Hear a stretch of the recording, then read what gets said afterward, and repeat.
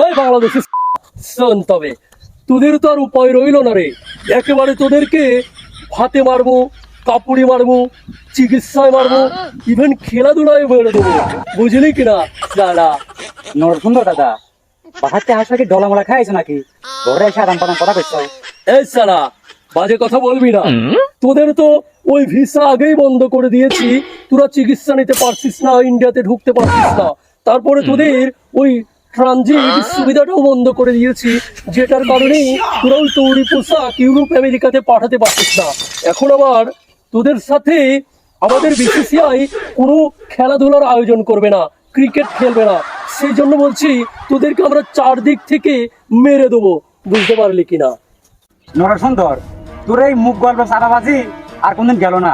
আর তোর আমার কি বিষয় বন্ধ করবি রে? আমরা তোর দেশে যাইনি জন্য তোর ডাক্তাররা সব আন্দোলন নামেছে, আর ব্যবসার খাতিরে সব লস, সব দেখলাম রাস্তায় নামেছে। আর তুই কি করলি? আমার বাংলাদেশে 600 শয্যা বিশিষ্ট একটা ডিজিটাল হাসপাতাল হচ্ছে, যেখানে আন্তর্জাতিক মানের ডাক্তাররা আসি চিকিৎসা দিবি, বুঝছিস? আর তোর সাথে কি খেলা রে বেটা? তোর মতো এই মুখর লোকগুলোর সাথে আমার কিসের খেলা? তুই আনতে যা করো না সুন্দর, যা বেটা। আর যদি কোনদিন আমি আসি কোনদিন চাকামাতি করিস, তোর করে কষ্ট আর একবার শুনে দেখা লাগে করলি দিন। এই সালারা দেখছি সব ধরনের প্রস্তুতি নিয়েই বসে আছে। আবার শুনলুম কি 600 শয্যা বিশিষ্ট আধুনিক মানের হাসপাতাল করছে।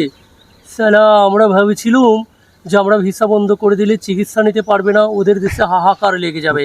কিন্তু এখন দেখি ওরা আমাদের যে বিশ্বমানের হসপিটাল করছে। আর এটা দেখে আমাদের আর একটু সহ্য হচ্ছে না। ধুর সালা, কিচ্ছু ভাল লাগে না। আসছে